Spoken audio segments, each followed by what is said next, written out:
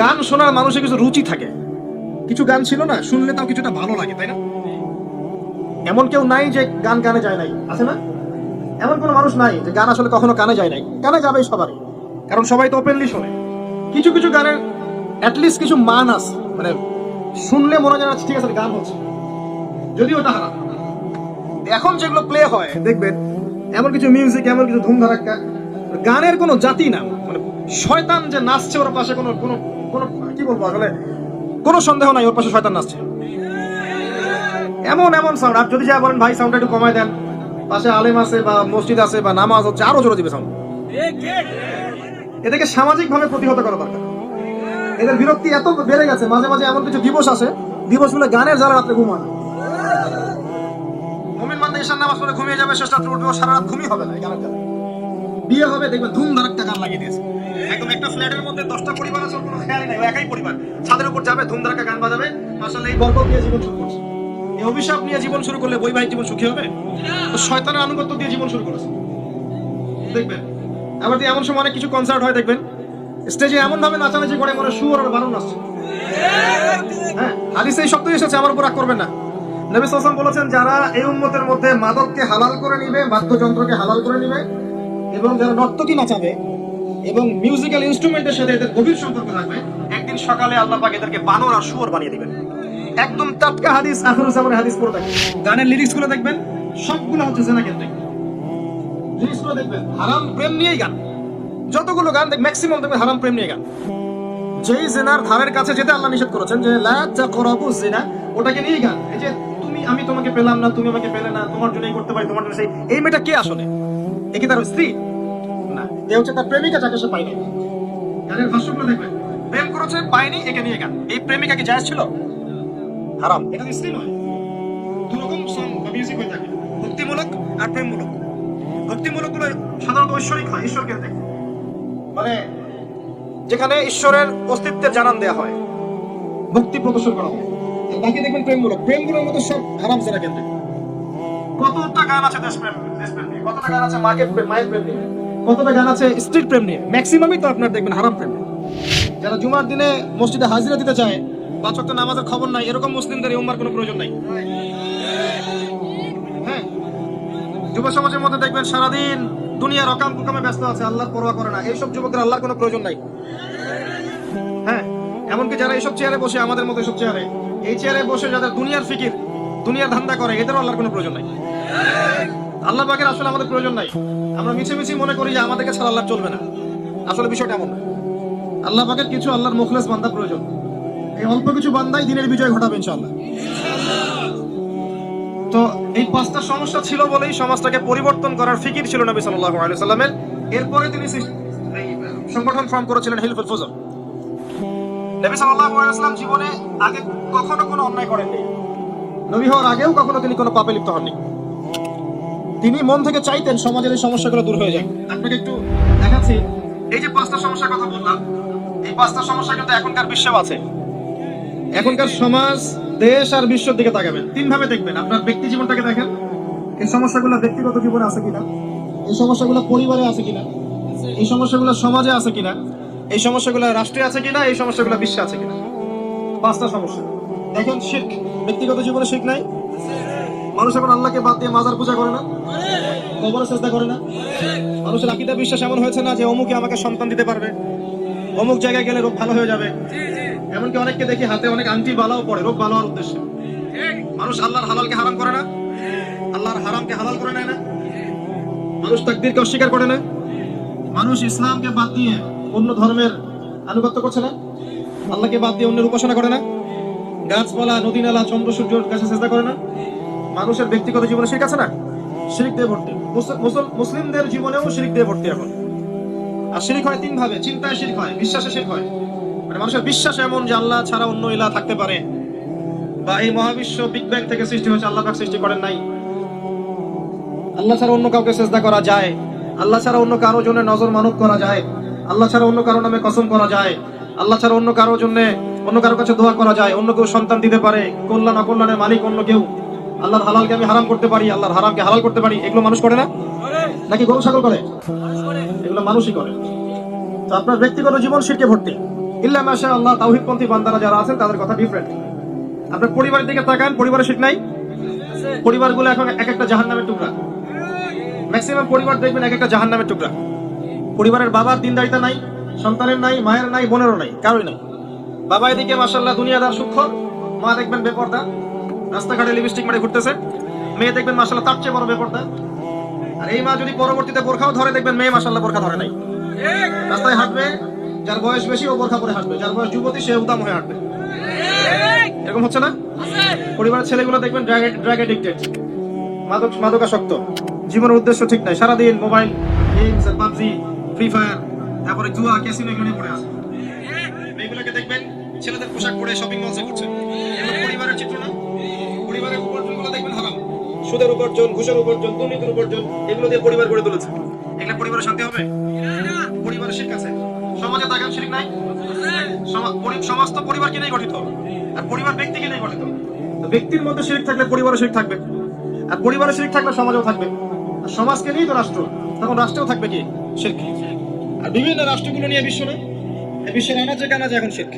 মুসলিমদের মধ্যে যদি এত শিরক হয়, আর যদি ওরা বলছে যে ওজাইর আলাইহিস সালাম আল্লাহর সন্তান, ওরা বলে, সূরা তাওবা পড়ে দেখেন, ওয়াকালাতিল ইয়াহুদ উযাইরুন ইবনুল্লাহ, ইহুদিরা বলে ওজাইর আল্লাহর সন্তান, নাউযুবিল্লাহ। ওয়াকালাতিন নাসারাল মাসীহ ইবনুল্লাহ, নাসারা বা খ্রিস্টান যারা, ওরা বলে যে ঈসা আলাইহিস সালাম আল্লাহর পুত্র। আর মুশরিক যারা স্ট্যাচুর ওয়ার্শিপ করে, তাদের কথা তো বুঝতেই পারছেন, তাদের তো দেবদেবীর অভাব নাই। এক আল্লাহর ইবাদত কতজন মানুষ করছে ভাবার বিষয়। আবার যদি কেউ দ্বীন ইসলাম পালন করে দুনিয়া পাওয়ার আশায়, এটাও শিরক। দুনিয়ার স্বার্থে কেউ যদি দ্বীনের জ্ঞান অর্জন করে, এটাও শিরক। এমনকি কেউ যদি মানুষকে দেখানোর জন্য নামাজ পড়ে, সেটাও শিরক। কেউ যদি এমন এই জন্য দান খয়রাত করে যে মানুষ আমাকে বড় দানবীর বলবে, এটাও এক প্রকার শিরক। আবার কেউ যদি লোক দেখানোর জন্য আমল করে, এমনকি লোক দেখানোর জন্য আল্লাহর পথে জিহাদও করে, এটাও শিরক। তাহলে যাবেন কোথায়? আগে নিয়াত খালেস করতে হবে, বিশুদ্ধ, তারপরে আপনার আত্মশুদ্ধি। কলব পরিষ্কার না হলে, কলবে রোগ থাকলে বাকি সবকিছু বৃথা। আবার ধরেন যে মাশাআল্লাহ দ্বীনের অনেক জ্ঞান আছে আমার মধ্যে, নাউযুবিল্লাহ, আবার মনের মধ্যে দেখবেন অহংকারও আছে, এটাও এক প্রকার জাহান্নামে যাওয়ার রাস্তা। যাররা পরিমাণ অহংকার থাকলে জান্নাতে যাবে না। হাদিস, যাররা পরিমাণ অহংকার আছে জান্নাতে যাবে না। আমি অনেক বড় মৌলবী, অনেক বড় বক্তা, অনেক বড় হাফেজ, আলেম, কারি হয়ে গেছি, বাস জাহান্নামে যাওয়ার জন্য যথেষ্ট। তিনজন ব্যক্তিকে দিয়ে জাহান্নাম উদ্বোধন করা হবে। হাদিসটা মিশকাতে আছে, অন্য অনেক কিতাবে আছে। আবু হুরায়রা রাদিয়াল্লাহু আনহু হাদিসের রাবী, তিনি বর্ণনা করেছেন। আর যখনই তিনি হাদিসটা বলতেন, তখন অজ্ঞান হয়ে পড়ে যেতেন। এটা কিন্তু হাদিসে এসেছে, যখনই তিনি হাদিসটা বলতেন, তিনি অজ্ঞান হয়ে পড়ে যেতেন। তিনজন ব্যক্তিকে দিয়ে জাহান্নাম উদ্বোধন করা হবে। তার প্রথম ব্যক্তি হচ্ছে একজন শহীদ, যাকে ডাকা হবে, বলা হবে তোমাকে এসব নিয়ামত দিয়েছিলাম, পৃথিবীতে কি করেছিলে? সে বলবে আমি আমার পুরো জীবনটাই আপনার জন্য দিয়ে দিয়েছি। আল্লাহ পাক বলবেন কাযিব, মিথ্যা কথা বলছো, কারণ এই কারণে জীবন দিয়েছো, এই জন্য যুদ্ধে গিয়েছিলে যে মানুষ তোমাকে অনেক বড় বীর বলবে। কথা বুঝতে পারছেন? একজন ব্যক্তি রাসূল সাল্লাল্লাহু আলাইহি ওয়াসাল্লামের এই যে তাবু পাহারা দিচ্ছিলেন যুদ্ধের মাঠে তাবু পাহারা দিচ্ছিলেন। মুশরিকদের সাথে যুদ্ধ হচ্ছে, এমন সময় একটা দূর থেকে তীর চলে আসলো। তখন তো তীর ছিল, ফায়ারিং ছিল না, তীর ছিল। দূর থেকে একটা তীর আসলো, এসে পুরো বুকের মধ্যে, সাথে সাথে ডেড। সাহাবীরা বলছেন যে কত উত্তম সৌভাগ্য তার, কত কত কত উত্তম তাকদীর, এই ব্যক্তি তো শহীদ হয়ে গেল, নবীর পাশে থাকলো, তার খিদমত করলো, যুদ্ধ করলো, শহীদ হয়ে গেল। নবী করিম সাল্লাল্লাহু আলাইহি ওয়াসাল্লাম বললেন যে বরং আমি তাকে জাহান্নামে দিচ্ছি। কোথায় দেখছি? অপরাধ কি ছিল জানেন? তাকে জিজ্ঞাসা করা হলো কি অপরাধ ইয়া রাসূলুল্লাহ? নবী সাল্লাল্লাহু আলাইহি ওয়াসাল্লাম বললেন, সাল্লাল্লাহু আলাইহি ওয়াসাল্লাম তিনি বললেন যে এই ব্যক্তি গনিমতের মাল থেকে একটা চাদর চুরি করেছিল। গনিমতের মাল বুঝেন? যুদ্ধলব্ধ সম্পদ। এই গনিমতের মাল থেকে একটা চাদর কাউকে না বলে নিয়েছে। এই একটা চাদর আত্মসাৎ করার কারণে নবীর সাথে যুদ্ধ করেও সে জাহান্নামে চলে গেল, নাউযুবিল্লাহ। নিয়াত, ইখলাস, এগুলা কি জিনিস, কেমন করে বুঝাবো? এগুলো বোঝানোর মতো ক্ষমতা আমার কাছে নাই। কোরআন এবং হাদিসে যা বলা আছে, এগুলোকে উপস্থাপন করার মতো উপস্থাপনা, ভাষা, বাচনিক ভঙ্গি এবং আবেগ আসলে আমার মধ্যে নাই। আমার মনে হয় না যে কোরআন এবং হাদিসে যা আছে হুবাহু এই জিনিসটা রাসূল সাল্লাল্লাহু আলাইহি ওয়াসাল্লাম, সাহাবায়ে কেরাম ছাড়া অন্য কেউ বোঝাতে পারবে। কিয়ামতের মাঠ কি জিনিস, এটা বোঝানোর মতো ভাষা আমাদের কাছে নাই। বুঝতে পারি পড়লে, কিন্তু বোঝাতে পারি না। তো এই হচ্ছে বাস্তবতা। কোথায় কি করেছো? আমার পুরো জীবন দিয়ে দিয়েছি। মিথ্যা কথা। তুমি এই জন্য জীবন দিয়েছো যাতে মানুষ তোমাকে বড় বীর বলবে, জাহান্নামে যাও। সে কিন্তু আল্লাহর রাস্তায় জীবন দিয়েছে। আরেকজন ব্যক্তি দানশীল, অনেক দান করেছে, দাতা হাতেম তাই, দান করতে করতে অবস্থা খারাপ, আল্লাহ পাক বলবেন কি করেছো? সব সম্পত্তি দান করে দিয়েছে, মিথ্যা কথা বলছো, এই জন্য দান করেছিলে যাতে মানুষ তোমাকে অনেক বড় দাতা বলে, জাহান্নামে যাও। আরেকজন ব্যক্তি কি করেছে? দিনের জ্ঞান অর্জন করেছিলাম, হাফেজ ছিলাম, আলেম ছিলাম, কারি ছিলাম, বক্তা ছিলাম, ইত্যাদি ইত্যাদি, মানুষকে দিনের পথে ডেকেছে। আল্লাহ বলবেন, নাউযুবিল্লাহ, আল্লাহ বলবেন এই জন্যই কাজ করেছিলে যে মানুষ তোমাকে অনেক বড় আলেম বলবে, হাফেজে কোরআন বলবে, কারি বলবে, শায়েখ বলবে, ইত্যাদি ইত্যাদি, জাহান্নামে যাও। এত সহজ না ভাই। প্রথম বিষয় হচ্ছে নিয়াত ঠিক করা, ইখলাস ঠিক করা, কলব আগে পরিষ্কার করা। কিছু ইবাদত দেখেন দেহের সাথে সম্পৃক্ত, আপনি নামাজ পড়ছেন, রোজা রাখছেন, হজ করছেন, তাই না, যাকাত দিচ্ছেন, এগুলো কিন্তু ফিজিক্যালি এবং ইকোনমিক্যালি আপনি করছেন। কিন্তু আপনার অন্তর, কলব, আত্মা বলে একটা কথা আছে, এই আত্মার পরিশুদ্ধি না হলে ইবাদত কিন্তু বৃথা। এই আত্মায় এবং কলবের মধ্যে যদি অহংকার থাকে, হিংসা থাকে, রিয়া থাকে, লোক দেখানো বিষয় থাকে, অন্যের গীবত, তহমত, সমালোচনা, সংস্কৃতি থাকে, বিদ্বেষ থাকে মনের মধ্যে, এটা কিন্তু ভিতরের ব্যাপার, তাহলে আপনার বাহ্যিক ইবাদত নষ্ট হয়ে যাচ্ছে। আবার এই মনের মধ্যেই যদি ঈমান থাকে, ঈমান কি ধরা যায়? কঠিন তরল বায়বীয় বোঝা যায়? এটা কলবে, রুহের ব্যাপার। এই রুহের মধ্যে যদি কলবে ঈমান থাকে, আল্লাহর প্রতি ভালোবাসা, মহব্বত থাকে, তাওয়াক্কুল থাকে, আনুগত্য থাকে, বিনয় থাকে, এই কলবের এই ফিলিংস গুলো আপনার ইবাদতকে কবুলিয়াত পাইয়ে দিবেন। বিষয়টা কিন্তু ভিতরে, তাই না? মূল বিষয়টা কিন্তু ভিতরে। আমি ভিতরে কেমন সেটাই মূল বিষয়। বাহ্যিক লেবাস পোশাক কেমন, আপনার বাহ্যিক আমল কত সুন্দর, এটা হচ্ছে বড় কথা, হচ্ছে ভিতরে আপনি কেমন। আর ভিতরটা বই পড়েই বা লেকচার শুনেই পরিবর্তন হয় না। আসলে ভিতরটা পরিবর্তন হয় আল্লাহওয়ালা মানুষের কাছে থাকলে। আল্লাহওয়ালা মানুষদের কাছাকাছি যত বেশি থাকবেন, ভিতর তত বেশি পরিষ্কার হবে। যদি মানুষের লেকচার শুনে আর বই পড়ে সব হতো, নবী সাল্লাল্লাহু আলাইহি ওয়াসাল্লাম বই দিয়ে দিতেন, কোরআনের সূরাগুলো দিয়ে দিতেন, বাসায় গিয়ে পড়ে নিয়ে, এমনটা ছিল? বরং সাহাবীরা দিন রাত তার কাছে থাকতেন, পড়ে থাকতেন, পাঁচ ওয়াক্ত নামাজে আসতেন, তার আশপাশে থাকতেন, তাকে দেখতেন তিনি কেমন, তিনি কিভাবে হাঁটেন, কেমন করে চলাফেরা করেন, কেমন করে কথা বলেন, কেমন করে নামাজ আদায় করেন, কিভাবে মানুষের সাথে মেশেন, এগুলো দেখে দেখে তারা শিখেছেন। আব্দুল্লাহ বিন মাসউদ রাদিয়াল্লাহু আনহু সম্পর্কে বলা হয় যে আব্দুল্লাহ বিন মাসউদ রাদিয়াল্লাহু আনহু এমন ভাবে আল্লাহ রাসূল সাল্লাল্লাহু আলাইহি ওয়াসাল্লামকে কপি করতেন, তার ওঠা বসা চলাফেরা এমন ভাবে কপি করতেন যে মনে হতো তার সাথে তার চেহারা এবং আচরণে অনেক মিল পাওয়া যেত, ফিজিক্যালি, এবং দেখা যেত মানে বাচনিক ভাবে, ওঠা বসা, মুআমালাত, সব ক্ষেত্রে মনে হতো নবী সাল্লাল্লাহু আলাইহি ওয়াসাল্লামের মতো করে করার চেষ্টা করছেন। মুসআব বিন উমাইর রাদিয়াল্লাহু আনহু চেহারাটা নবী সাল্লাল্লাহু আলাইহি ওয়াসাল্লামের সাথে সাদৃশ্যপূর্ণ ছিল। আলী রাদিয়াল্লাহু আনহু, হাসান হুসাইন রাদিয়াল্লাহু আনহুমা, তাদের চেহারার মধ্যে একটা মিল ছিল। এমনকি উহুদের যুদ্ধে একজন সাহাবীকে শহীদ করা হয়, তাকে শহীদ করে কাফেররা মনে করেছিল মুহাম্মদ সাল্লাল্লাহু আলাইহি ওয়াসাল্লামকে মেরে ফেলেছে, নাউজুবিল্লাহ। যখন আপনি একসাথে থাকবেন, একজন আল্লাহওয়ালা মানুষের সোহবতে থাকবেন এবং তার কাছ থেকে দিনটা শিখবেন, আপনার মধ্যে আস্তে আস্তে তার মতো প্রভাব বিস্তার করবে। তো আমি যেটা বলতে চাচ্ছিলাম সেটা হচ্ছে যে কলবের পরিবর্তনটাই মূল। আর এই কলব পরিবর্তিত হবে তখনই, আত্মশুদ্ধি তখনই আসবে যখন আপনি পড়াশোনার পাশাপাশি আল্লাহওয়ালা মানুষের সাথে থাকবেন। এবার আল্লাহওয়ালা মানুষ খুঁজবেন কোথায়? যাদেরকে আপনি আল্লাহওয়ালা মনে করছেন সবাই আসলে বাহ্যিকভাবে আল্লাহওয়ালা হলো, ভিতরে আল্লাহওয়ালা নন, এটা বাস্তবতা। কিন্তু আল্লাহ পাক যেহেতু বলেছেন কুনু মা'আস সাদিকিন, সত্যবাদীদের সাথে থাকো, তার মানে কিয়ামত পর্যন্ত আল্লাহওয়ালা মানুষ থাকবে। আপনাকে খুঁজে বের করতে হবে এবং আল্লাহর কাছে দোয়া করতে হবে, আল্লাহ আমাকে সেরকম ওস্তাদ, সেরকম আলেম, সেরকম আপনার যে ভাষাই বলেন, পীর বা বুজুর্গ বা ওলামায়ে কেরাম মিলিয়ে দিন, যাদের সোহবতে থাকলে আমরা দিন শিখতে পারবো এবং আপনার নূর অর্জন করতে পারবো, আত্মশুদ্ধি অর্জন করতে পারবো। আত্মশুদ্ধি ছাড়া কোনো কিছুর কোনো মূল্য নাই। ইন্টারনালি যদি শুদ্ধ না হতে পারে, তখন ইয়া আইয়াতুহান নাফসুল মুতমাইন্না, এই আয়াত আপনার জন্য করা হবে না। যখন কলব প্রশান্ত হবে, তখন দেখবেন ওই প্রশান্ত আত্মাকে কবজ করার জন্য যখন মালাকুল মাউত আসবে, তখন এই আয়াত তাকে পড়ে শোনানো হবে, ইয়া আইয়াতুহান নাফসুল মুতমাইন্না। এর পর্যন্ত না, যত দুনিয়াদার মানুষ তত কলব অস্থির। দুনিয়াদার মানুষের কলব কিন্তু অস্থির, টেনশন, দুশ্চিন্তা, দুর্ভাবনা, অস্থিরতা, একটা পাইলে আরেকটা পাওয়ার মোহ, এগুলো দিয়ে ভর্তি। যে দুনিয়ার পিছনে যত বেশি ছুটবে, তার কলব তত বেশি কলুষিত হয়ে যাবে। মাদক খাবেন, কলব দূষিত হয়ে যাবে। জেনা করবেন, কলব দূষিত হয়ে যাবে। পর্নোগ্রাফি দেখবেন, কলব মরে যাবে। নামাজ আদায় করবেন না, কলব মরে যাবে। যত বেশি উল্টাপাল্টা গেম খেলবেন, কলব মরে যাবে। বেশি কথা বলবেন মানুষের সাথে, কলব মরে যাবে। বেশি জোরে জোরে হাসবেন, কলব মরে যাবে। বেশি খাবেন, কলব মরে যাবে। বেশি ঘুমাবেন, কলব মরে যাবে। এমনকি হালাল স্ত্রীর সাথে যদি বেশি বেশি সহবাস করেন, তাও কলব মরে যাবে। কিছু হালাল কাজ আছে, এগুলো করলেও কলব মরে যায়। ইবনে কাইয়্যিম রাহিমাহুল্লাহ বলেছেন, কিছু হালাল কাজ আছে যেগুলো করলেও কলবের মধ্যে প্রভাব পড়ে, কলব দুর্বল হয়ে পড়ে। বেশি কথা বললে কলব মরে যায়, খেয়াল করে দেখবেন। বেশি মানুষের সাথে মিশবেন, আপনি দূষিত হয়ে যাবেন। বেশি বেশি খাবেন, ভোজন রসিক হবেন, কলব দূষিত হবে, মাশাআল্লাহ পেটও একটা বের হয়ে যাবে। সুন্নতের বয়ান করে বাড়াবে, নিজের বডিতেই সুন্নত নেই। কথা বুঝতে পারেন? জাতির কাণ্ডারি সুন্নতের বয়ান করে বাড়ায়, নিজের বডির মধ্যেই সুন্নত নেই। এমন একটা দেহ বানিয়ে রেখেছে মাশাআল্লাহ, এক পাক দৌড়াতে বলেন, জিহাদের মাঠে শেষ, উল্টে করে যাবে। খালি এক পাক মাঠে চক্কর লাগাতে বলেন, দেখবেন শেষ, মাশাআল্লাহ দম শেষ। এদিকে মাশাআল্লাহ জাতির কাণ্ডারি হয়ে বসে আছে, ফিজিক্যালি ফিট না, কারণ ভোজন রসিক, বুড়ি বের হয়ে গেছে। যত বেশি খাবেন কলব মরে যাবে। সিরিয়াসলি বলছি, খান বেশি বেশি, দেখবেন কলব মরে গেছে। রমজান মাসে রোজা রাখেন না? রোজা রাখলে মনটা প্রশান্তি লাভ করে না? রোজা রেখেছেন, তারাবির নামাজ পড়ছেন, কোরআন তেলাওয়াত করছেন, জিকির করছেন, অন্তরে একটা শান্তি চলে আসে। এখন ইফতার করতে গিয়ে আপনি 20টা আইটেম নিয়ে বসেন, কলব মরে যাবে। ইফতার করার সময় 20টা আইটেম নিয়ে বসেন, 20টা আইটেম ভক ভক করে খান, দেখবেন যে আপনার ওই রোজার যে রুহানি ফ্লেভার নষ্ট হয়ে গেছে। সেহরিতে আপনি 10টা আইটেম করেন, দেখবেন আপনার কলবের যে নূর নষ্ট হয়ে গেছে। এটা খুব মারাত্মক। নবী সাল্লাল্লাহু আলাইহি ওয়াসাল্লাম বলেছেন, খেতেই যদি হয় পেটটাকে 3 ভাগ করে খাও। আর এই সুন্নাহগুলো হাদিসের পাতায় আছে, বাস্তবতা আসলে এমন না।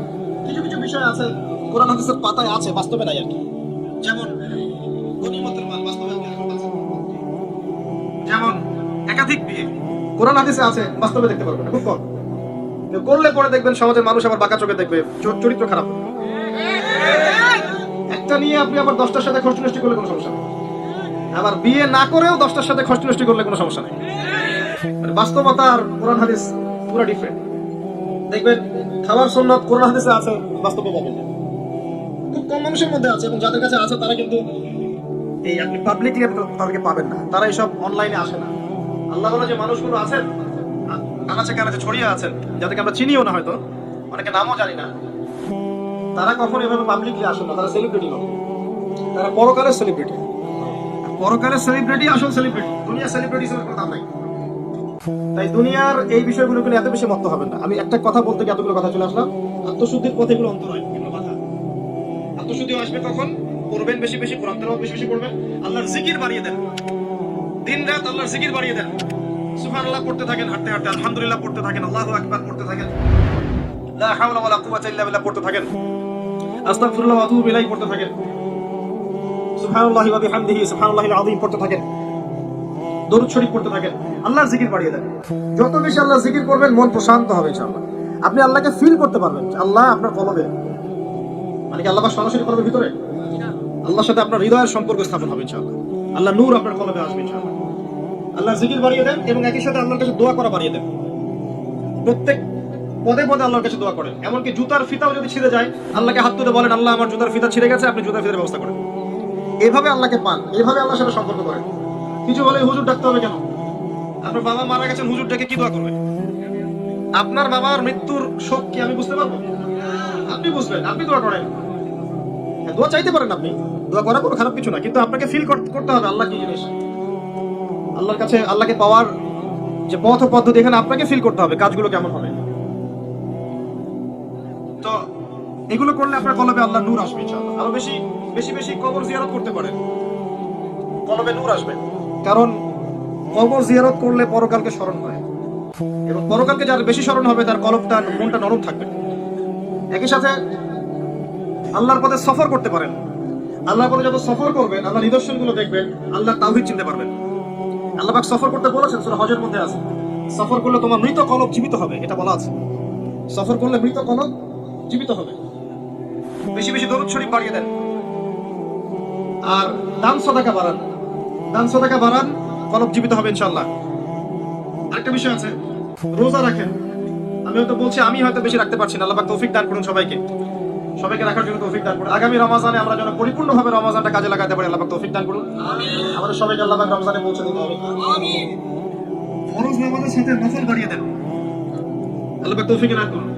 এতিমের মাথায় হাত বোলান, সম্ভব হলে বিধবাদেরকে বিয়ে করেন, দায়িত্ব নেন। বিধবা এতিমের দায়িত্ব নেন, এতিমের দায়িত্ব নেন, বিধবার দায়িত্ব নেন। আপনাকে আল্লাহ পাক এমন পুরস্কার দিবেন ইনশাআল্লাহ, জান্নাতে নবী সাল্লাল্লাহু আলাইহি ওয়াসাল্লামের সাথে এইভাবে থাকবেন ইনশাআল্লাহ। এইভাবে যে এতিমের দায়িত্ব নেবে, বিধবার দায়িত্ব নেবে, দেখাশোনা করবে, তাকে আল্লাহ পাক এইভাবে রাখবেন নবী সাল্লাল্লাহু আলাইহি ওয়াসাল্লাম। এই কাজগুলো করলে আপনার মনটা নরম হবে। যার মন যত বেশি সফট, তার মনে তত বেশি আল্লাহর নূর নাজিল হবে। যার কলবে আল্লাহর নূর নাজিল হবে, সে ব্যক্তি আল্লাহর নূর দিয়ে দেখবে, আল্লাহর নূর, আল্লাহর গান দিয়ে শুনবে, আল্লাহ পাকের রুহানিয়াত তার ভিতরে আসবে, আধ্যাত্মিকত্ব আসবে। এই আধ্যাত্মিকত্ব না আসলে আত্মশুদ্ধি অর্জিত হবে না। আর আত্মশুদ্ধি না আসলে সব আমলই ব্যর্থ। আত্মশুদ্ধি না আসলে বাকি যে নামাজ পড়ছেন, রোজা রাখছেন, অন্য ইবাদতগুলো করছেন, আত্মশুদ্ধি না আসলে এগুলোর উদ্দেশ্য ব্যর্থ হয়ে যাচ্ছে। মূল উদ্দেশ্য কিন্তু আত্মশুদ্ধি অর্জন করা। কদ আফলাহা মান যাক্কাহা, আল্লাহ পাক বলেছেন সফল হয়েছে সেই ব্যক্তি যে কলবকে পরিষ্কার করতে পেরেছে, আত্মশুদ্ধি অর্জন করতে পেরেছে। ওয়াকাদ খাবা মান দাসাহা, যে ব্যক্তি আত্মশুদ্ধি অর্জন করতে পারে নাই সে ধ্বংস হয়ে গেছে। আর এই সূরার মধ্যে আল্লাহ পাক সবচেয়ে বেশি কসম করেছেন না, ওয়াশ-শামসি ওয়া দুহাহা ওয়াল কমারি ইযা তালাহা, মনে হয় 10টা কি 11টা কসম করে আল্লাহ পাক বলেছেন আত্মশুদ্ধি যে অর্জন করতে পেরেছে সে সফল হয়েছে। তো চিন্তা করেন, আল্লাহ পাকের কথা গভীরতা বোঝার চেষ্টা করেন। সূরা আরার মধ্যে আল্লাহ পাক বলেছেন ক্বাদ আফলাহা মান তাযাক্কা ওয়া যাকারা ইসমা রাব্বিহি ফাসাল্লা, সে ব্যক্তি সফল হয়েছে যে আত্মশুদ্ধি অর্জন করতে পেরেছে এবং তার রবের নাম স্মরণ করে সালাত আদায় করেছে। একটা হাদিস বলে আমি সামনের পয়েন্টে যাচ্ছি। যখন একজন বান্দা আল্লাহ পাকের ফরজিয়াত আদায় করতে থাকে, ফরজ ওয়াজিবগুলো সুন্দর মতো আদায় করতে থাকে এবং এর পাশাপাশি সে সুন্নত এবং নফল অভ্যস্ত হয়, কথা বুঝতে পারছেন? ফরজ ওয়াজিব ঠিকঠাক মতো আদায় করে, এর পাশাপাশি সে সুন্নত নফল আদায় করতে সচেষ্ট হয়, আল্লাহ পাক ওই বান্দাকে ভালোবেসে ফেলেন। আল্লাহ যখন কাউকে ভালোবাসেন, জিবরাইল আলাইহিস সালামকে ডেকে নিয়ে আসেন, এসে বলেন পৃথিবীতে অমুকের পুত্র অমুককে আমি ভালোবাসি, তুমিও তাকে ভালোবাসো। জিবরাইল আলাইহিস সালাম তখন সমস্ত ফেরেশতাদেরকে ডাকেন, ডেকে বলেন যে দুনিয়াতে অমুকের পুত্র অমুককে আল্লাহ ভালোবাসেন, আমি ভালোবাসি, তোমরাও তাকে ভালোবাসো। এরপর ফেরেশতা মণ্ডলী তাকে ভালোবাসতে থাকে। তারা পৃথিবীতে এসে দুনিয়াবাসীকে আহ্বান করে বলে, হে দুনিয়াবাসী, অমুকের পুত্র অমুককে আল্লাহ ভালোবাসেন, ফেরেশতারা ভালোবাসে, আমরা ভালোবাসি, জিবরাইল ভালোবাসে আলাইহিস সালাম, তোমরা সবাই তাকে ভালোবাসো।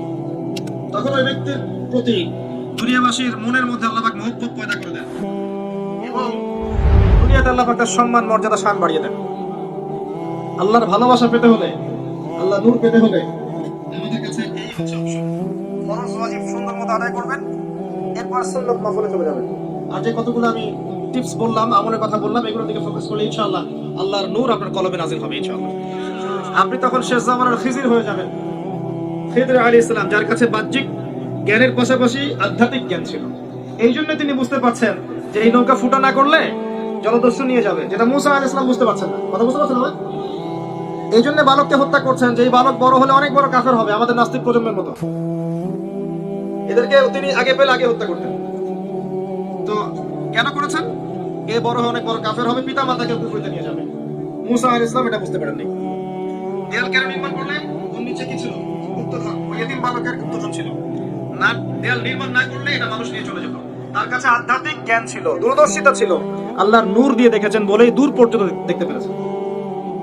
এটা আমাদের মধ্যে তখন আসবে যখন আমরা ফরজ নফলের পাশাপাশি সুন্নত মুস্তাহাব আমলগুলো করব এবং দুইটা জিনিস, বেশি বেশি মওতের স্মরণ, বেশি বেশি কোরআন তেলাওয়াত, আল্লাহর জিকির, আল্লাহর কাছে দোয়া করা, এতিমের দায়িত্ব নেওয়া, বিধবার দায়িত্ব নেওয়া, সাদাকা করা বেশি বেশি, রোজা বেশি বেশি রাখা, সম্ভব হলে তাহাজ্জুদে অবস্থা হওয়া এবং কম খাওয়া, কম ঘুমানো, কম স্ত্রী সহবাস করা, কম মানুষের সাথে মেশা, নিজেকে আলাইকুম আনফুসাকুম, নিজে আল্লাহর সাথে সম্পর্ক করে আগে বাঁচা। এগুলো করলে মনটা থাকবে নরম ইনশাআল্লাহ। কবর জিয়ারত করা, পরলোকে স্মরণ করা। এর পাশাপাশি উল্টা জিনিস কিছু আছে, এগুলো থেকে দূরে থাকতে হবে। হিংসা থাকলে এগুলো দিয়ে কোনো লাভ নাই, মনের মধ্যে অহংকার থাকলে এগুলো দিয়ে কোনো লাভ নাই, মনের মধ্যে রিয়া থাকলে এগুলো বৃথা, মনের মধ্যে যদি অন্যের গীবত, তহমত, সমালোচনা, সংস্কৃতি থাকে লাভ নাই। তারপর দেখবেন যদি ভিতরে ভিতরে আপনি মাদক, পর্নোগ্রাফি, গার্লফ্রেন্ডের সাথে অ্যাফেয়ার্স, এগুলোর সাথে লিপ্ত থাকেন, দূর সব চলে যাবে। আমি গ্যারান্টি দিচ্ছি আপনাকে, আপনি 10 দিন ইতিকাফ করেন, রমজান মাসে নিয়ত করেন 10 দিন ইতিকাফ করেন, শেষে 10 দিন ইতিকাফ করেন, বাইরে বের হবেন না, বিনা প্রয়োজনে মসজিদে বাইরে যাবেন না, আপনার খাবার বাসা থেকে পাঠিয়ে দেবেন, 3 বেলা খাবেন, আল্লাহ আল্লাহ করবেন, নামাজ পড়বেন, কোরআন তেলাওয়াত করবেন, জামাত ধরবেন, তারাবি পড়বেন, একবারে 4 রাত বলেন না আপনারা, ঈদের আগে রাত, ওই রাতে আপনি বের হবেন। এবার বের হয়ে যদি আপনি ঢাকার কোনো শপিং মলে যান, এবার বের হয়ে যদি ঢাকা বা আপনাদের শহরের কোনো শপিং মলে যান, তখন বুঝবেন আল্লাহ নূর কি জিনিস।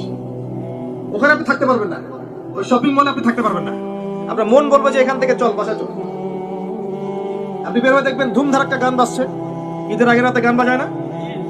আর এখন এই এই এই মানে পদা সংস্কৃতি যে কত বিরক্ত করছে দিন দিন, যেখানে যাবেন সেখানে ধুমধারাক্কা গান। আর গান শোনার মানুষের কিছু রুচি থাকে, কিছু গান ছিল না শুনলে তাও কিছুটা ভালো লাগে, তাই না? এমন কেউ নাই যে গান কানে যায় নাই, আছে না? এমন কোনো মানুষ নাই যে গান আসলে কখনো কানে যায় নাই। কানে যাবেই সবারই, কারণ সবাই তো ওপেনলি শোনে। কিছু কিছু গানের অ্যাটলিস্ট কিছু মান আছে, মানে শুনলে মনে হয় ঠিক আছে গান হচ্ছে, যদি ওটা হারাম। এখন যেগুলো প্লে হয় দেখবেন এমন কিছু মিউজিক, এমন কিছু ধুমধারাক্কা, গানের কোনো জাতি না, মানে শয়তান যে নাচছে ওর পাশে কোনো কোনো কোনো কি বলবো আসলে কোনো সন্দেহ নাই ওর পাশে শয়তান নাচছে। এমন এমন সাউন্ড, আর যদি যা বলেন ভাই সাউন্ডটা একটু কমায় দেন, পাশে আলেম আছে বা মসজিদ আছে বা নামাজ হচ্ছে, আরো জোরে দিবে সাউন্ড। এটাকে সামাজিকভাবে প্রতিহত করা দরকার। এটা বিরক্তি এত বেড়ে গেছে, মাঝে মাঝে এমন কিছু দিবস আছে, দিবসগুলো গানের জ্বালা রাত্রে ঘুম হয় না। মুমিন মানে এসব নামাজ পড়ে ঘুমিয়ে যাবে, শেষ রাত্রে উঠবে, সারা রাত ঘুমই হবে না গানের জ্বালা। বিয়ে হবে দেখবেন ধুম ধারাক্কা গান লাগিয়ে দিয়েছে, একদম একটা ফ্ল্যাটের মধ্যে 10টা পরিবার আছে, ওর কোনো খেয়ালই নাই, ও একাই পরিবার, ছাদের উপর যাবে ধুম ধারাক্কা গান বাজাবে, মাশাআল্লাহ এই বরকত নিয়ে জীবন শুরু করছে। এই অভিশাপ নিয়ে জীবন শুরু করলে বৈবাহিক জীবন সুখী হবে? তো শয়তানের আনুগত্য দিয়ে জীবন শুরু করেছে। দেখবেন আমাদের এমন সময় অনেক কিছু কনসার্ট হয়, দেখবেন স্টেজে এমন ভাবে নাচানাচি করে মনে শুয়োর আর বানর নাচছে। হ্যাঁ, হাদিসে এই শব্দ এসেছে, আমার উপর রাগ করবেন না। নবী সাল্লাল্লাহু আলাইহি ওয়াসাল্লাম বলেছেন, যারা এই উম্মতের মধ্যে মাদককে হালাল করে নিবে, বাদ্যযন্ত্রকে হালাল করে নিবে, এবং যারা নর্তকী নাচাবে এবং মিউজিক্যাল ইনস্ট্রুমেন্টের সাথে এদের গভীর সম্পর্ক থাকবে, একদিন সকালে আল্লাহ পাক এদেরকে বানর আর শুয়োর বানিয়ে দিবেন। একদম টাটকা হাদিস, আখিরুজ জামানের হাদিস পড়ে দেব। বলে দেখেন আলেম আমাকে জিজ্ঞাসা করেন, হাদিসটা না থাকলে আমার নাম বলতে না। এই হাদিসও আছে। এটা কি ফিজিক্যালি হবে? আমার কাছে মনে হয় না ফিজিক্যালি হবে। আল্লাহু আলাম, আল্লাহ ভালো জানেন। আমার কাছে মনে হয় না যে ফিজিক্যালি হয়তো হবে না। ইন্টারনালি তারা বানর আর শুয়োরের মতো হয়ে গেছে, আমার কাছে তাই মনে হয়। ভিতর থেকে স্বভাবগতভাবে দেখবেন বানর আর শুয়োরের মতো করছে। তো কি করবেন? এখানে ঈমান নিয়ে আপনি চলবেন কি? নূর কি জিনিস বোঝাতে কি আপনাকে এই কথাগুলো বলবেন? আপনি 10টা দিন ইতিকাফ করে তারপরে এই পরিবেশে যান, আপনি আল্লাহর নূর নিজেই বুঝতে পারবেন, আল্লাহর নূর কি জিনিস, আধ্যাত্মিকতা কি জিনিস। আপনার কাছে এগুলো ভালো লাগবে না, আপনার মন, আপনার কান শুনতে চাইবে না, আপনার চোখ দেখতে চাইবে না। আর এগুলোতে থাকতে থাকতে থাকতে থাকতে যদি এগুলোকে স্বাভাবিক মনে হয়, তাহলে বুঝবেন আপনার কলবে নূরের ছিটা ফোটাও নাই, কলব আগেই মরে শেষ হয়ে গেছে। এখন আমাদের কলব এই অবস্থায় আছে। আমাদের চারপাশে এগুলো দেখছি না, গান বাজনা, বাদ্যযন্ত্র, মাদক, বেহায়াপনা, অশ্লীলতা, বেপরদামি, পর্নোগ্রাফি, ব্লু ফিল্ম, সব তো দেখছি নিত্যদিন, প্রতিদিন দেখছি। এগুলো দেখে যেহেতু আমাদের মনের মধ্যে কোনো রিয়াকশন আসে না, বুঝতে হবে মন কিন্তু নাই, dead. We are living with a dead heart. আমরা একটা মৃত হৃদয় নিয়ে ঘুরছি, কিছু। এখন এই হৃদয়ে ঝাঁকি দিবে কিভাবে? এই অবস্থায় মৌত আসলে কি হবে? মৌতের কষ্ট খুব বেশি হবে। মৃত মৃত কলব অবস্থায় যদি মৌত চলে আসে, তাহলে মৃত্যুর যন্ত্রণাটা খুবই কঠিন হবে। কত কঠিন হবে আমি একটা হাদিস দিয়ে বুঝাচ্ছি। আমি এই হাদিসের নাম্বার এখন বলতে পারছি না, অনেকদিন আগে হাদিসটা করেছি, বাট আমি হাদিসটা পড়েছি। এবং যদি কেউ দলিল চান আমি আপনাকে প্রাইভেটলি দিতে পারবো ইনশাআল্লাহ। কোন একজন নবী আল্লাহকে বলেছিলেন যে আমি বারজাখের মানুষের সাথে যোগাযোগ করতে চাই। কেমন আছে বারজাখের? বারজাখ বুঝেন তো? পরকালে বারজাখের মানুষ কিরকম আযাব, কিরকম শাস্তি ভোগ করছে, আল্লাহ একটু দেখতে চাই। একজন ব্যক্তি, মেবি উনি মুসা আলাইহিস সালামের যুগে বা ঈসা আলাইহিস সালামের, আমার ঠিক মনে পড়ছে না, এই দুজনে একজন হতে পারেন। আল্লাহ পাক দেখালেন একজনকে, এই যে ব্যক্তি খুবই রুগ্ন, ক্লান্ত, মানে দেখে মনে হচ্ছে তিনি খুবই পেরেশানির মধ্যে আছে। তাকে নবী জিজ্ঞাসা করছেন, একজন নবী জিজ্ঞাসা করছেন, তুমি কি অবস্থায় আছো, কেমন আছো? সে বলছে যে আমার মৌত হয়েছে আজকে থেকে 1000 বছর আগে। আমার মৌত হয়েছে আজকে থেকে 1000 বছর আগে, এখন পর্যন্ত মৌতের যন্ত্রণা আমার যায় নাই। বুঝতে পারলেন ভাই? যার কলব যত মৃত, রূহ কবজ করার সময় তত শাস্তি হবে, তত বেশি কষ্ট হবে। যার কলব যত পবিত্র, রূহটা অত সুন্দর করে আস্তে করে বের হয়ে চলে আসে। যেমন কলসি থেকে পানি ঢাললে যেমন হয়, এভাবে রূহটা বের হয়ে চলে আসে। কলব পরিষ্কার না থাকলে তখন এগুলো আধ্যাত্মিক মারেফতি কথা নয় কিন্তু বিষয়টা। এই যে আমরা অনেকে আবার এগুলোকে বানিয়ে দিয়েছি পীর মুর্দি, তাই না? নেগলেক্ট করে যেগুলো পীর মুর্দি বয়ান করবেন না, এসব পীর মুর্দি বলে বিষয়টা না। বিষয়টা হচ্ছে আত্মশুদ্ধি। আর একজন পীর যদি একজন মানুষকে আত্মশুদ্ধির পথে নিয়ে যেতে পারেন, বিষয়টা কখনো খারাপ করে দেখার কিছু নেই। একজন মানুষ যদি আরেকজন মানুষকে আত্মশুদ্ধির পথে নিয়ে যেতে পারেন, এটাকে খারাপ করে দেখার কিছু নাই। হ্যাঁ, এগুলোর নামে আমরা অনেক কিছু তৈরি করেছি যেগুলোর হয়তো অস্তিত্ব নেই। এটার নামে আমরা অনেক কিছু তৈরি করেছি, নিজেরা বানিয়ে নিয়েছি, এগুলো হয়তো আপনি বলতে পারেন যে হ্যাঁ এগুলো সুন্নাহসম্মত হচ্ছে না ইত্যাদি।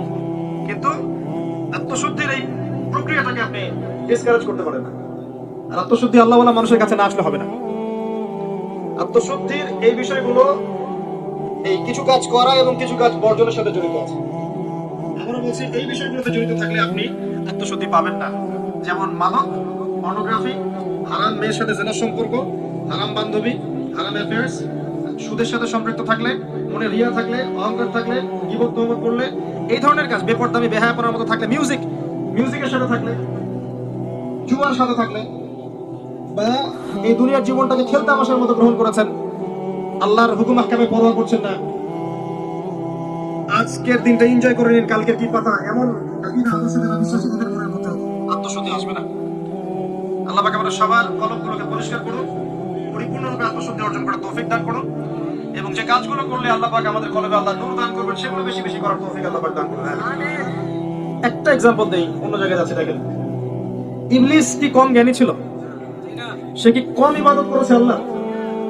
ইবাদতের ক্ষেত্রে, জ্ঞানের ক্ষেত্রে সে তো অতুলনীয় হয়ে আছে, প্রচুর ইবাদত করেছে, প্রচুর জ্ঞানী। এই মহাবিশ্ব সম্পর্কেও জ্ঞান আছে না তার? প্রচুর জ্ঞান আছে। কি কারণে সে চিরস্থায়ী জাহান্নামী হলো? একটা আদেশ লঙ্ঘন করেছে, এই তো একটা আদেশ তো আদম আলাইহিস সালামও লঙ্ঘন করেছে। তাকে বলা হয়েছে গাছের কাছে যেও না, আমাদের পিতা ভুল করে গাছের কাছে চলে গেছে। এটাও তো একটা অন্যায়, তাই নাকি? এটা তো আল্লাহর আদেশকে লঙ্ঘন করা হলো। আদম আলাইহিস সালাম তওবা করে ফিরে এসেছেন, বলেছেন রব্বানা যালামনা আনফুসানা ওয়া ইল্লাম তাগফির লানা ওয়া তারহামনা লানাকুনান্না মিনাল খাসিরিন। এটা আদম সন্তানের স্বভাব, ভুল করবে তওবা করে ফিরে আসবে। কিন্তু ইবলিস সে তওবা করে ফিরে আসেনি, বরং আবা ওয়াস্তাকবারা, সে অবাধ্য হয়েছে, অহংকার করেছে। খালাকতানি মিন নার ওয়া খালাকতাহু মিন তিন। এই যে অন্যকে ছোট করা, তুচ্ছ করা, আল্লাহর আদেশকে অস্বীকার করা, অহংকার করা, এই অহংকারের কারণে তার সমস্ত ইলম এবং আমল সব ধ্বংস হয়ে গেছে। এখন যদি আমরা অনেক ইলম আমল করি, মনে অহংকার থাকে, আত্মশুদ্ধি অর্জন হবে? আত্মশুদ্ধি সবচেয়ে ইম্পর্টেন্ট জিনিস। আমি একটা বই সাজেস্ট করছি, বইটা আমি পড়ছি, কিন্তু আমার পড়ার পরে আমার আসলে পিপাসা মেটেনি এখন। এই টপিকের আরো বেশ কিছু বই আমি সংগ্রহ করার চেষ্টা করছি ইনশাআল্লাহ তাআলা। আগামীতে আমি এই টপিকে, শুধু এই টপিকেই আলাদা স্বতন্ত্র একটা লেকচার দিব ইনশাআল্লাহ। আল্লামা তাকি উসমানী হাফিজাহুল্লাহ, তার একটা বই আছে আত্মশুদ্ধি ও তাসাউফ। বইটা পড়েন, বইটা পড়লে আপনার কাছে মনে হবে যে বইটা আপনার জন্য লেখা হয়েছে। বইটা পড়ছিলাম আর মনে হচ্ছিল যে বইটা আমার জন্যই লেখা হয়েছে। মনে হয় বইটার প্রতিটা ওয়ার্ড আমাকেই বলা হচ্ছে। মন দিয়ে পড়েন আর পড়াশোনার অভ্যাস করেন। একদিন লেকচার শুনলেন 1 ঘন্টা 1.5 ঘন্টা, এটা আপনার জীবন পরিবর্তনের জন্য যথেষ্ট নাও হতে পারে। হ্যাঁ, যদি আল্লাহ ওয়ালা তেমন মানুষ হন হয়তো বা হবে। আমাদের মতো মানুষের লেকচারে 1 ঘন্টা 1.5 ঘন্টা লেকচার শুনে আপনার জীবন পরিবর্তন না হওয়ার সম্ভাবনাই বেশি। কথা তাসির হয় তখনই যখন বক্তার মধ্যে ইখলাস থাকে, দিনের প্রতি মহব্বত থাকে, আল্লাহর দিন, আল্লাহর জমিনে প্রতিষ্ঠার মানসিক চেষ্টা থাকে, মনের দরদ থাকে। जो बात दिल से निकलती है दिल पे असर करती है, কথা আছে, যে কথাগুলো দিল থেকে বের হয় সেগুলো মানুষের দিলের মধ্যে কি হয়? আসার করে। তো এখন এরকম মানুষের সংখ্যাই বা কত? আমরা যে জ্ঞান এবং আমল করি তাতে বুঝতেই পারছি যে আমাদের তারা কি হতে পারে। তারপরেও আলহামদুলিল্লাহ কিছু মানুষের উপকার হচ্ছে, এটা আলহামদুলিল্লাহ। তবে আমরা যথেষ্ট নই। আমরা আল্লাহর কাছে দোয়া করি আল্লাহ পাক এমন মানুষদেরকে এইসব চেহারা নিয়ে আসুন যাদের কথায় পুরো সমাজ পরিবর্তন হবে ইনশাআল্লাহ। এবং আল্লাহ পাক আমাদের সন্তানদেরকে যেন ওইভাবে বড় করার তৌফিক দান করেন, আমিন। প্রথম কথা বলছি, দেখেন, আত্মশুদ্ধি, মনের নিয়ত, ইখলাস, এটা সবচেয়ে ইম্পর্টেন্ট জিনিস। এটা ছিল না বলেই ওই 3 ব্যক্তি কোথায় গেছে? জাহান্নামে। শহীদ হয়েছে জাহান্নামে, দান করেছে জাহান্নামে, আলেম হয়েছে জাহান্নামে। এটা সেই হাদিস যেটা বর্ণনা করতে আবু হুরায়রা রাদিয়াল্লাহু আনহু অজ্ঞান হয়ে যেতেন। প্রথম যেটা সমস্যা ছিল, এদিকে মনোযোগ দেন, আমরা শেষ করে দেব, গুছিয়ে নেব। প্রথম সমস্যাটা কি বলেছিলাম? শিরক। এই শিরকটা প্রত্যেকটা সেক্টরে আছে না? ব্যক্তি, পরিবার, সমাজ, রাষ্ট্রে আছে না? একই সুন্নাহ। ওই যে আইয়ামে জাহিলিয়াতের শিরক এখনকার বিশ্বে আছে না? আছে। তাহলে এখনকার বিশ্বেও কি কিছু তাওহীদপন্থী মানুষের প্রয়োজন আছে না? আছে। দ্বিতীয় সমস্যা সুদ। ওই সমস্যাটা এখনকার বিশ্বে নাই? এখনকার ব্যক্তি জীবনে দেখেন সুদ খায় না, পরিবার সুদখোর না, সমাজে সুদের কারবার নাই, সুদী এনজিওর সয়লাব আছে না? আছে না? ছোট্ট ছোট্ট গ্রাম বাদ পড়েছে সুদ থেকে, টপ টু বটম কোনো গ্রাম বাদ পড়েছে? পড়ে নাই। বৈশ্বিক ক্ষেত্রে সুদী ব্যাংকিং সিস্টেম নাই, এবং এগুলোর সাথে আমরা জড়িত নই কি? আর নবী সাল্লাল্লাহু আলাইহি ওয়াসাল্লাম কি বলেন নাই, 4 শ্রেণীর মানুষকে আমি লানত করলাম, যে খায় সুদ, যে সুদ দেয়, যে সাক্ষী থাকে, আর যে লেখে। 4 শ্রেণীকেই তিনি লানত করেছেন। নবীর অভিশাপ নিয়ে কেউ হাউজে কাউসারের পানি পাবে? নবী সাল্লাল্লাহু আলাইহি ওয়াসাল্লামের অভিশাপ নিয়ে কেউ কবরে উত্তর দিতে পারবে? সত্যি তাই মনে হয় আপনাদের? আর নবী যাদেরকে অভিশাপ করবেন তাদের জন্য কি নবী সুপারিশ করে জান্নাতে নিয়ে যাবেন? এত সহজ না, এত সহজ না। নবীর লানত কি জিনিস এটা আমরা পরকালে বুঝতে পারবো। আমল করেছে, আমল, শোনেন, আমল করেছে, অনেক নেক আমল করেছে, কিন্তু আমলগুলোর মধ্যে বেদাত ছিল। কি ছিল? সুন্নাতকে পরিবর্তন করে নতুন আমল প্রতিস্থাপন করেছে, কিন্তু আমল করেছে। এই বেদাতিরা যখন হাউজে কাউসারের পানি খেতে যাবে, একটা পর্দা পড়ে যাবে। আর নবী সাল্লাল্লাহু আলাইহি ওয়াসাল্লামকে বলা হবে, নবীজি বলবেন যে ইন্নাহুম মিন্নি, তারা তো আমার উম্মত, কেন পর্দা পড়ে গেল? তাকে বলা হবে ইন্নাকা লা তাদরি মা আহদাসা বা'দাক, হে নবী আপনি জানেন না আপনার মৃত্যুর পরে আপনার দিনকে কেমন করে বিকৃত করেছে। তখন নবীজি বলবেন সুহকান সুহকান লিমান গায়্যারা বা'দি, দূর হও যারা আমার পরে দিনকে পরিবর্তন করেছে, বেদাত করেছে। এটা বেদাতির শাস্তি, তাকে দূর করে দেয়া হলো। যে আমল করেছে, সারা জীবন আমল করেছে, হালাল খেয়ে আমল করেছে কিন্তু বেদাত করেছে, তাকে তাড়িয়ে দেওয়া হলো। আর যে সুদ খাচ্ছে তাকে কি করা হবে? একজন মানুষ যদি, আমার কথা শুনেন, একজন মানুষ যদি তার মায়ের সাথে জিনা করে, আপনি কি করবেন তাকে? মনে করেন কালকে উঠে দেখলেন আপনার এই গ্রামে 10 জন মানুষ পাওয়া গেছে, আজকে রাত্রে নাউজুবিল্লাহ তারা মায়ের সাথে, কথাটা বলতে আমার খারাপ লাগছে, তারা মায়ের সাথে খারাপ কাজ করেছে আজকে রাতে। কালকে সকালে এই 10 জনের যদি দোষ প্রকাশ হয়, আপনি কি করবেন? কি করবেন? ফুলের মালা দিবেন? সুন্দর চেয়ার দিবেন, না বড় বড় অফিস করে দিবেন? কোটটাই পরিয়ে বসিয়ে দিবেন? সুদের মধ্য দিয়ে আমরা তাই করছি। নবী সাল্লাল্লাহু আলাইহি ওয়াসাল্লাম বলেছেন 73টা পাপের শাখা আছে, তার সবচেয়ে নিম্ন শাখা কি? আপনারা বলেন না, হাদিসটা তো আপনারা জানেন, বলেন সবচেয়ে নিম্ন শাখা কি? নিজের মায়ের সাথে। আর কোন ব্যক্তি যদি এই কাজটা করে, আপনি তাকে কিভাবে দেখবেন? একজন ব্যক্তি যদি একাধিক বিয়ে করে, তাকেই তো দেখতে পারেন না। একজন ব্যক্তি যদি ধর্ষণ করে, তো ধর্ষকের শাস্তি আছে না? ধর্ষককে কি সমাজের মানুষ ভালো চোখে থাকে? ঘৃণা করে। এমনকি দেখা যায় যে মাজলুম মেয়েটার উপর অত্যাচার করা হয়েছে, ওরই তো সারা জীবন বিয়ে হয় না, এমন হয় না? কত বড় ফলাফল সমাজে বয়ে নিয়ে আসে, তাই না? এখন একজন ব্যক্তি যদি মায়ের সাথে জিনা করে, আপনি তাকে কি করতে চাইবেন? নবীজি বলেছেন সাল্লাল্লাহু আলাইহি ওয়াসাল্লাম, আপনার নবী, আপনারই নবী, যাকে কবরে দেখানো হবে আপনাকে, তিনি বলেছেন যে এর 73টা পাপ আছে। রিবা, তার সবচেয়ে নিচের পাপ হচ্ছে নিজের মাকে বিয়ে করা। নবীর সাথে ডিল করেন, এখন আমার সাথে প্লিজ রাগ হবেন না। কিয়ামতের মাঠের জন্য অপেক্ষা করেন, আল্লাহ নবীর সাথে আপনার সাক্ষাৎ হবে, সেদিন তাকে জিজ্ঞাসা করবেন কেন আপনি হাদিস বলে গিয়েছিলেন? আপনি সমাজকে পিছিয়ে দিয়েছেন, অর্থনীতিকে পিছিয়ে দিয়েছেন, এই হাদিস কেন বলতে গেলেন? এটাই তো অর্থনীতির সমৃদ্ধির একমাত্র পথ পদ্ধতি, তাই না? রিবা, এই হচ্ছে রিবা। আর সবচেয়ে উঁচু শাখাটা কি তাহলে? এটা আপনি পাবেন সূরা বাকারায়। কোন সূরায়? আয়াত নাম্বার 279 থেকে শুরু করে পড়া শুরু করবেন, দেখবেন ওখানে আল্লাহ পাক বলেছেন ইয়া আইয়ুহাল্লাযীনা আমানু, হে মুমিনগণ, ইত্তাকুল্লাহ, আল্লাহকে ভয় করো, ওয়া যারু মা বাকিয়া মিনার রিবা, সুদ ছেড়ে দাও, সুদ ছেড়ে দাও। আল্লাহ বলেন ইল্লাম তাফআল, তোমরা যদি এটা না করো, ফাযযারু বিহারবি মিনাল্লাহি ওয়া রাসূলিহি, তাহলে আল্লাহ এবং তার রাসূলের সাথে যুদ্ধের ঘোষণা শুনবে। এটা সবচেয়ে উঁচু লেভেল। আল্লাহ এবং তার রাসূলের সাথে কারো যুদ্ধ হচ্ছে মনে করেন, কথার কথা, আপনি কার পক্ষ নেবেন? এটা আমরা বলছি ঠিকই, আল্লাহ এবং তার রাসূলের সাথে যুদ্ধ হচ্ছে, কিছু মানুষ তার সাথে যুদ্ধ করছে। মনে করেন রাসূল সাল্লাল্লাহু আলাইহি ওয়াসাল্লাম জীবিত আছেন, একদিকে দাঁড়িয়ে আছেন, কথার কথা, এবং তার অপোজিশনে ধরেন 1 লক্ষ মানুষ দাঁড়িয়ে আছে, যাদের হাতে অত্যাধুনিক মারণাস্ত্র আছে, নবী সাল্লাল্লাহু আলাইহি ওয়াসাল্লামের হাতে কিছু নেই, তিনি একা মনে করেন, আপনি তার উম্মত। এখন আপনি এই যুদ্ধে কার পক্ষে দাঁড়াবেন? কথা বুঝতে পারছেন? আমরা এখন কার পক্ষে দাঁড়িয়ে আছি জানেন? ওই মানুষদের পক্ষে যারা অস্ত্র নিয়ে নবীর এগেইনস্টে দাঁড়িয়ে আছে। আমাদের উচিত ছিল নবীর পক্ষে, আল্লাহর পক্ষে দাঁড়ানো। আমরা এই রিবার মধ্য দিয়ে তার বিপক্ষে দাঁড়িয়ে আছি। সূরা বাকারা পড়ে দেখেন, আমার কথা না, একটা কথা বানিয়ে বলে নাই, একটা কথা এদিক ওদিক যাবে না ইনশাআল্লাহ, এটাই লেখা আছে কোরআনে। ওয়াইল্লাম তাফআলু ফাযযারু বিহারবিন মিনাল্লাহি ওয়া রাসূলিহি, যে কোনো আলেমকে জিজ্ঞাসা করেন, যে কোনো মাযহাবের, এই কথাই বলবেন, যদি সাহস থেকে থাকে, সব সাহস। এটা আরো আছে, মনে করেন আপনার এলাকায় একটা হোটেল আছে, হোটেল বোঝেন? হোটেল, কক্সবাজার গিয়েছেন কখনো? হোটেল, এবং হোটেলে মনে করেন যে পতিতা, বোঝেন? যৌনকর্মী, এখন বলে আপনি যৌনকর্মী বোঝেন? এদেরকে দিয়ে ভর্তি, কাস্টমার যায়, রুম দেওয়া হয়, রুমের চাবি একজন বহন করে, কেউ মনে করেন ম্যানেজার, কেউ মনে করেন যে নাম লিখে রাখছে, কেউ সরাসরি জেনা করছে না, ওই মেয়েদেরকে আগিয়ে দিচ্ছে, হ্যাঁ তুমি এতটার সময় রুমে যাবা, এতটার সময় রুমে যাবা, তুমি 8টায় আসবা, সাইন করবা, 10টায় যাবা, যাওয়ার আগে সাইন করে যাবা।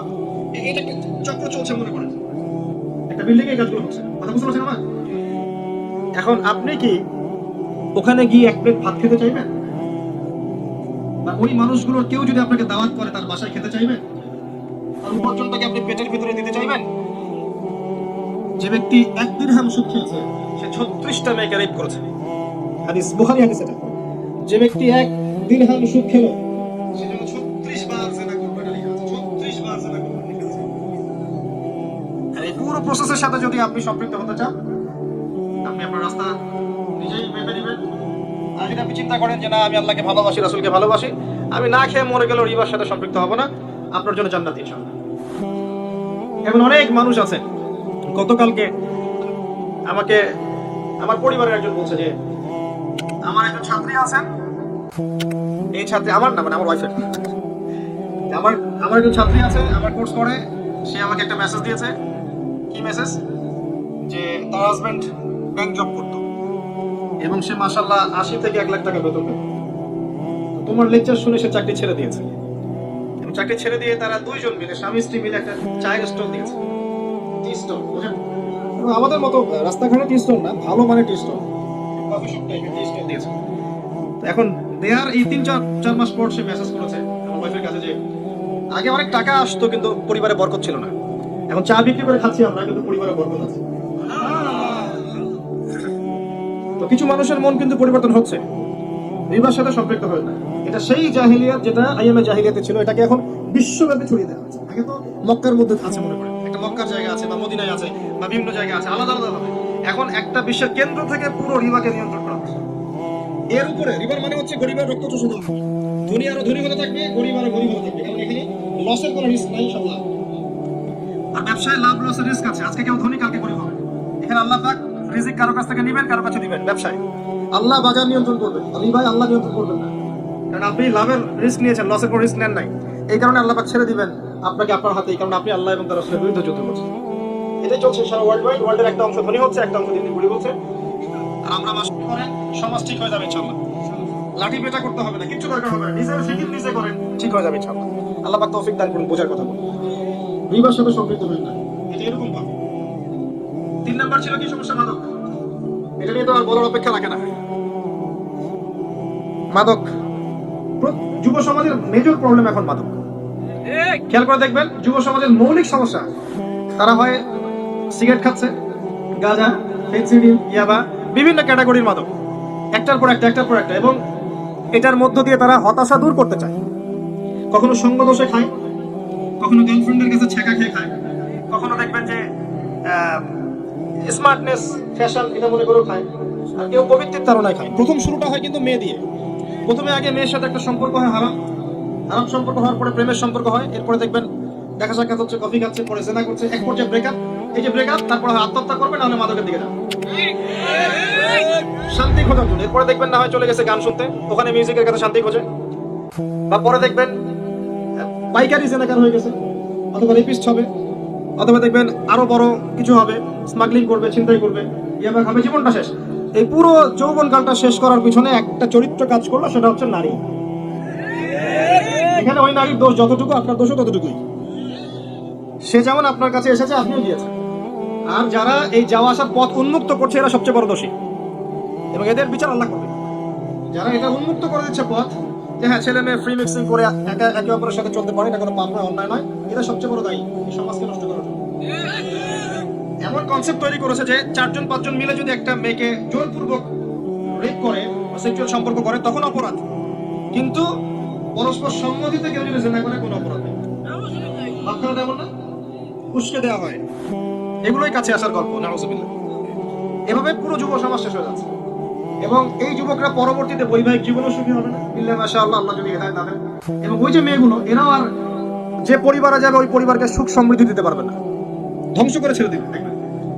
ওদেরকে যে ঘরে নিবে, সেও তো চারদিকে সমস্যা। এবং এদেরকে দেখে দেখে পরের যে প্রজন্মটা আসবে, এরাও দেখবেন যে একই থাকবে। এগুলো মৌলিক সমস্যা, করায় যান সমস্যা এগুলো। মাদকের সাথে সম্পৃক্ত হয়ে শান্তি খুঁজবেন না। আর এই মাদককে আইন দিয়ে, পিটিয়ে, অভিযান চালিয়ে, এইভাবে করে যতটা না কমানো যাবে, আল্লাহর ভয় অন্তরে ঢুকালে তার চেয়ে বেশি কমানো যাবে। অনলি তাদেরকে কোরআনের কাছে নিয়ে আসলে, হাদিসের কাছে আনলে, নামাজের কাছে আনলে, আল্লাহওয়ালা মানুষদের সোহবতে আনলে, পরে দেখবেন মাদক ছেড়ে দিয়েছে ইনশাআল্লাহ। একদিনের মধ্যেই মদিনার বাসী মাদক ছেড়ে দেয় নাই, প্রথমে কয়েক ধাপে আয়াত নাযিল হয়েছে, কারণ এটা ছাড়তে একটু সময় লাগে মানুষের। মাদক ছাড়াটা ডিফিকাল্ট, যে এডিক্টেড হয়ে গেছে, ডিফিকাল্ট। প্রথমে আল্লাহ পাক বলেছেন নামাজের কাছেও আসবে না, মাদক খেয়ে নামাজে আসবে না। তো নামাজ 5 ওয়াক্ত পড়তে গেলে তো সারাদিন মাদক খাওয়া যাচ্ছে না। আল্লাহ পাক একটা ধাক্কা দিলেন, এরপরে বললেন শয়তানের কাছে। এর মধ্যে কিছু উপকার আছে, কিন্তু ক্ষতির পরিমাণ অনেক বেশি। এরপরে তৃতীয় ধাপে কি আল্লাহ পাক বললেন, এটা শয়তানের কাছে, ছেড়ে দাও। লাআল্লাকুম তুফলিহুন। তোমরা এটা ছেড়ে দাও, এগুলো শয়তানের কাজ।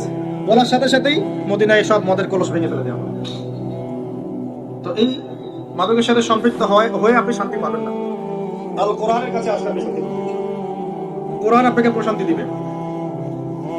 আর যুবক ভাইদের মধ্যে একটা হতাশা কাজ করে, হতাশার কারণেই তারা এই পথে পা বাড়ায়।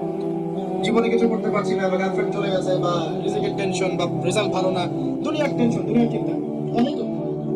মানে এবং অনেক সময় দেখা যায় পারিবারিক চাপ, ব্যর্থতার গ্লানি, বেকারত্ব ইত্যাদি চাপে পড়ে এক পর্যায়ে হতাশ হয়ে এই যে সিগারেটটা শুরু করলো, সিগারেট থেকে আস্তে আস্তে যাবে। এই হচ্ছে শয়তানের ওই যে হুতুবাজি, শয়তানের প্রধান। আপনি ব্যর্থ হবেন না কখনোই যদি আপনি কোরআনওয়ালা হন, আপনি ব্যর্থই হবেন না। আপনি যদি নবীর সুন্নাতের উপর থাকেন 24 ঘন্টা, আপনি ব্যর্থ হবেন না। ব্যর্থতা বলে কোনো শব্দ আপনার ডিকশনারিতেই থাকবে না। আপনি যদি 5 ওয়াক্ত নামাজি হন, আপনি দিন ইসলাম, আল্লাহর জমিনে আল্লাহর দিনটাকে প্রচার প্রসারের কাজে ব্যস্ত থাকেন, হতাশা আপনাকে স্পর্শ করবে কিভাবে? তখন আপনি আল্লাহর বান্দা, আল্লাহ আপনাকে ভালোবাসবেন এবং আল্লাহ আপনার ভালো মন্দ দেখার দায়িত্ব নিয়ে নেবেন। আপনার টেনশনের কোনো কারণ নেই। এবং এই পথে আপনি চলতে চলতে চলতে চলতে একসময় যদি মৌত হয়ে যায়, ইনশাআল্লাহ আপনি কালকে আমাদের মাঠে আরশের ছায়ায় ছায়া পাবেন। এর আছে না, 7 শ্রেণীর মানুষকে আল্লাহ পাক আরশের ছায়া ছায়া দিবেন। তার মধ্যে এক শ্রেণী হচ্ছে ওই যুবক যে তার পুরো যৌবনকাল আল্লাহর ইবাদতে কাটিয়েছে। দুনিয়ার সাফল্যটাই চূড়ান্ত সাফল্য নয়, দুনিয়ার ব্যর্থতাও চূড়ান্ত ব্যর্থতা নয়। পরকালের সাফল্যই চূড়ান্ত সাফল্য। পরকালে যে ব্যর্থ সে চূড়ান্ত ব্যর্থ। আল্লাহ পাক আমাদেরকে বোঝার তৌফিক দান করুন। আমি 4 নম্বর সমস্যা কি ছিল? মেয়ের অবমাননা। এটা সম্পর্কে আর আমার বলার কিছু না, আমি অনেক বলেছি এই পর্যন্ত। নারীর অবমাননা এই যুগে যা দেখা যাচ্ছে, এটা কোনো যুগে দেখা যায়নি। পরিবারে অবমাননা শিকার হচ্ছে তারা। কন্যা সন্তান হিসেবে জন্ম দিলে আমরা বাঁকা যুগে দেখছি। কারো বাচ্চা হলে ফোন করে জিজ্ঞাসা করে যে কি সুখের সংবাদ না দুঃসংবাদ। সুখের সংবাদ মানে ছেলে হলে সুসংবাদ। আমাদের এক ভাই, তার ব্যাক টু ব্যাক কয়েকটা মেয়ে সন্তান হয়েছে, কন্যা সন্তান, আলহামদুলিল্লাহ। এটা সৌভাগ্যের নিদর্শন। নবীগণ ছিলেন কন্যা সন্তানের পিতা, এবং কন্যা সন্তান যারা প্রতিপালন করবে জান্নাতের ওয়াদা আছে। জান্নাতের ঢাল হয়ে যাবে, জাহান্নামে ঢাল হয়ে যাবে, জান্নাতে যাবে ইনশাআল্লাহ। তো তার আত্মীয় তাকে ফোন দিয়ে বলছে, সে খুব বিমর্ষ, আচ্ছা এবারও মেয়ে হয়েছে, আচ্ছা পরের বার ট্রাই করিস। তো ওই ভাই বলছে, ভাই আমার কোনো টেনশন নাই, আমার কোনো কষ্ট নাই, আমার আত্মীয় স্বজনের কষ্ট, মেয়ে হলো না। তো দৃষ্টিভঙ্গি দেখেন মেয়েদেরকে এভাবে ট্রিট করছে। অনেক সময় দেখবেন ধর্মের নামেও আমরা মেয়েদেরকে পিছিয়ে ফেলেছি। অনেক সময় ধর্মের নামে পিছিয়েছি, আমরা ওদেরকে সম্পত্তির অধিকার দিচ্ছি না, আমরা দিচ্ছি না, মুসলিমরা দিচ্ছি না, মুসলিমরাই দিচ্ছি না, অন্যদের কথা বাদ দেন। কতজন মুসলিম পিতা এবং ভাই বা স্বামী বা যারা আছে আমরা ছেলে মানুষ পরিবারের মধ্যে মেয়েদের সম্পত্তির অধিকার দিয়েছি? কতজন? এটা কি জুলুম নয়? জুলুম। এর বাইরে যারা মেয়েদেরকে পণ্য রূপে ব্যবহার করতে চায়, ওদের অবস্থা দেখতেই পাচ্ছেন। যে কোনো ইস্যুতেই মেয়ে। একটা স্যান্ডো গেঞ্জি কিনবেন, দেখবেন মেয়ের ছবি। একটা আন্ডারওয়্যার কিনতে যাবেন, দেখবেন মেয়ের ছবি। একটা BMW কিনতে যাবেন, সেখানেও দেখবেন মেয়ে মডেলে দাঁড়িয়ে আছে।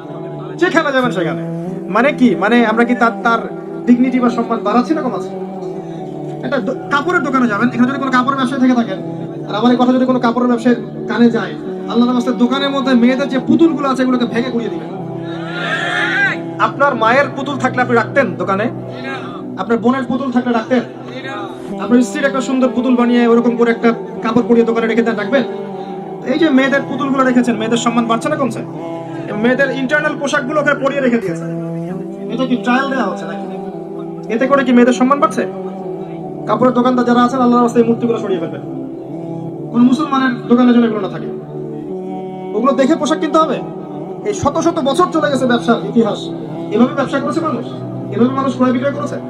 প্রতিটা ক্ষেত্রে মেয়েদেরকে এভাবে পণ্যের মধ্যে ইউজ করা হচ্ছে। আইসক্রিম কিনতে যাবেন, মেয়ে আসছে, দেখবেন না? যেখানে যাচ্ছেন, এবং পোশাক দেখবেন ছেলেদের পোশাক পরে করছে, ছেলেদের পোশাক মেয়েরা করছে, মেয়েদের পোশাক ছেলেরা করছে। দিন দিন ছেলেদের সাইকোলজি মেয়েদের মতো হয়ে যাচ্ছে, আর মেয়েদের সাইকোলজি ছেলেদের মতো হচ্ছে। এখনকার পুরুষ যারা আমরা আছি না, যুব সমাজ, আমাদের মধ্যে পুরুষত্বের গায়রতি নাই। আগেকার পুরুষদের মতো সে সৌন্দর্য, ব্যক্তিত্ব, সে গাম্ভীর্য, চলন বলনে পুরুষ পুরুষ ভাব নাই। গলার কণ্ঠস্বর মেয়ের মতো, ফিজিক্যাল অ্যাটিটিউড মেয়ের মতো, বডি ল্যাঙ্গুয়েজ মেয়ের মতো, মেন্টাল সাইকোলজিক্যাল যে ফেসগুলো আছে এগুলো মেয়েদের মতো। দেখবেন অনলাইনে সারাদিন মেয়ের মতো ঝগড়া করছে। এগুলো কিন্তু মেয়েরই স্বভাব। মেয়েদের মতো কেমন কেমন করে কথা বলে, কেমন কেমন করে চলে। পুরুষের একটা ব্যক্তিত্ব নিয়ে যাবে, একটা পুরুষ মানুষ, আমার একটা গায়রত আছে, আমার একটা সৌর্যবীর্য আছে, আমার একটা ব্যক্তিত্ব আছে, একটা গাম্ভীর্য আছে, এগুলো নাই। দেখবেন খেয়াল করে যুবকদের মধ্যে, পক্ষান্তরে মেয়েদের মধ্যে গিয়ে দেখবেন মাশাআল্লাহ পুরুষের পুরো সফটওয়্যার দিয়ে দেওয়া হয়েছে। গলার ভয়েস ছেলের মতো, অ্যাটিটিউড ছেলের মতো, পোশাক ছেলের মতো, হাঁটা ছেলের মতো, রুল করবে ছেলের মতো, সব পুরুষের মতো। এটাই সেই হাদিসের বাস্তবতা যে আখির জামানে ছেলেরা মেয়েদের পোশাক পরবে আর মেয়েরা ছেলেদের পোশাক পরবে। এটা হচ্ছে। আল্লাহ পাক আমাদের মা বোনদেরকে খাস পর্দা থাকা তৌফিক দান করুন। আর অন্যান্য ক্ষেত্রে গিয়ে দেখবেন একটা উপন্যাস লিখছে, একটা মেয়েকে নগ্নভাবে উপস্থাপন করে রেখে দেবে এবং সেই উপন্যাস মার্কেট পেয়ে গেল। একটা কবিতা লিখছে, দেখবেন মেয়ের ব্যাপারে খারাপ মন্তব্য করে কবিতা লিখেছে। গানের লিরিক্স গুলো দেখবেন সবগুলো হচ্ছে জেনা কেন্দ্রিক। লিরিক্স গুলো দেখবেন হারাম প্রেম নিয়েই গান, যতগুলো গান ম্যাক্সিমাম দেখবেন হারাম প্রেম নিয়ে গান। যেই জেনার ধারের কাছে যেতে আল্লাহ নিষেধ করেছেন যে লা তাকরাবু জিনা, ওটাকে নিয়ে গান। এই যে আমি তোমাকে পেলাম না, তুমি আমাকে পেলে না, তোমার জন্যই করতে পারি, তোমার জন্য সেই, এই মেয়েটা কে আসলে? এ কি তার স্ত্রী?